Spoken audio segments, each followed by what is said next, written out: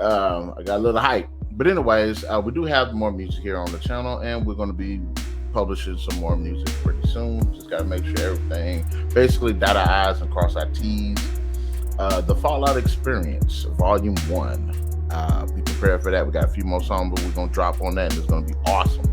So let's go ahead and continue on with the podcast. We are talking about the Flash trailer. Now, I know this Flash trailer has been out for a while. Not everybody's made their talks about it. There's been the whole controversy considering not only Ezra Miller's role in the DCEU, following all this crazy and just despicable stuff that this man has done, in which he should actually lose. Well, there's kind of the big controversy over what's going on with the DC and DCEU and James Gunn and everything, which I'm going to say this too. I am so freaking pissed that my boy Henry Cavill, they just did my boy wrong. I don't care what James Gunn said. He could have worked it into the script to bring Henry Cavill back, and they had everything, and they just messed it up. So I'm like, at this point, because of what they've done, the whole with Henry Cavill, with Gal Gadot, basically just shutting off everything that is set up. I'm just going to treat them like Marvel right now and just not watch the rest of their stuff. Now, The Flash I will, because to me, The Flash is basically the last vestige of the DCEU that I actually did like. So I'm going to go ahead and watch it. Yeah, if it makes me a piece of crap, I don't care. I like the DCEU. And yes, Ezra Miller is crap and everything, but I'm trying to sit here and pay the people that sit here and made the movie outside of him. So I'm going to still watch that movie.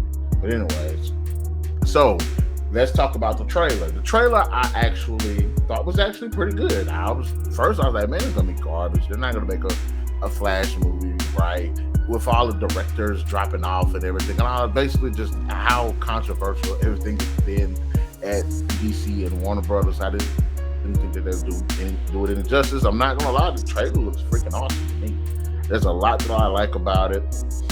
First, let's just go ahead and talk about the elephant in the room. The biggest thing in this trailer that pretty much everybody's talking about, which I think is kind of stupid, but is Keaton's Batman. When they announced that Keaton's Batman was going to come back, I'm sitting here like, I don't want to watch an 80-year-old or 70-year-old Batman. I think that's dumb. But they make him young. You get to see him do a lot of really cool shit. We have Ben Affleck that's going to be in the film. It don't look like he's going to be Batman, but there's supposedly, we're not going to see him as Batman. We're going to get the Bruce Wayne version of the character, which I actually like Ben Affleck as Batman. He's one of the better Batmans in my opinion. But seeing Michael Keaton come back in the way that they presented it looks pretty awesome. Now, they did kind of flash a possible Christian Bale Batman, but I don't think that that's actually Christian Bale. I think that's possibly going to be Michael Keaton's Batman. Now, the interesting thing about this is the film is going to follow the Flashpoint paradox. Flashpoint paradox is basically when the Flash goes back into the past to save his mother from being murdered, all the while changing everything in the process. Good guys that's supposed to be villains. Good guys are villains.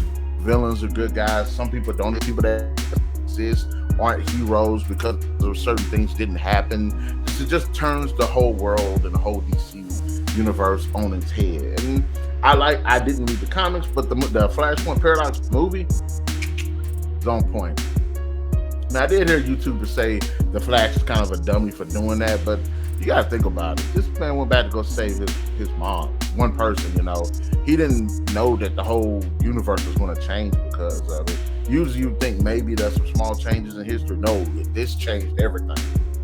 So I think as far as a Flash movie, I think this is actually a good idea.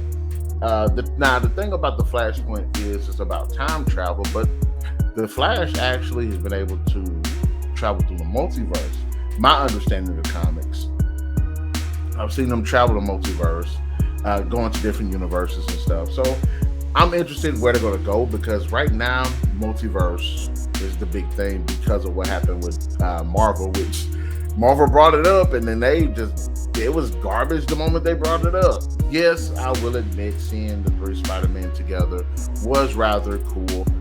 what would have been even better is if they had got the 1980s, 1970s version of Spider-Man and brought him on. That way we could have got 4 live action Spider-Man. Boom. But anyways, we're going to see if DC basically does it better. Now, the film, like I said, I'm interested to see how they're going to balance out the time travel elements with the multiverse elements. And I wonder if them doing a time travel is going to do the split that creates the multiverse, or is it generally, yes, there is the multiverse going on. We did get a peek of that during the Crisis event in the Arrowverse, where we got the Arrowverse version of the Flash, the DCEU version of the Flash, and then we're going to see if they actually continue on with that. Which is when I'm like, okay, cool, we get to see Keaton's Batman coming up, and maybe possibly Bale's. So we'll see what they're going to go through with that. Now, one of the things that they did in the Flashpoint, which I thought was actually pretty cool, is Superman isn't found by Jonathan and Martha. He's actually, the government finds him, and then they end up basically imprisoning him from sunlight. So he's rather weak and rather frail, at least from the Paradox movie.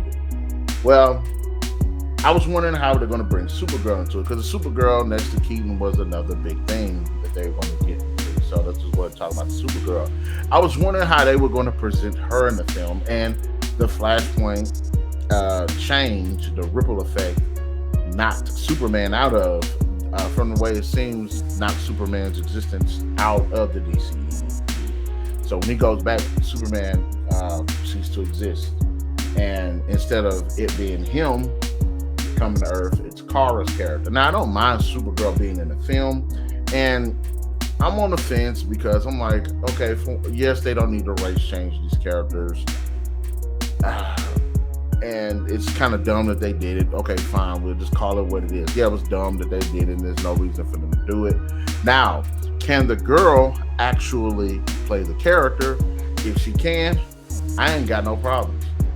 So basically, what I was going with is Supergirl is going to take that spot.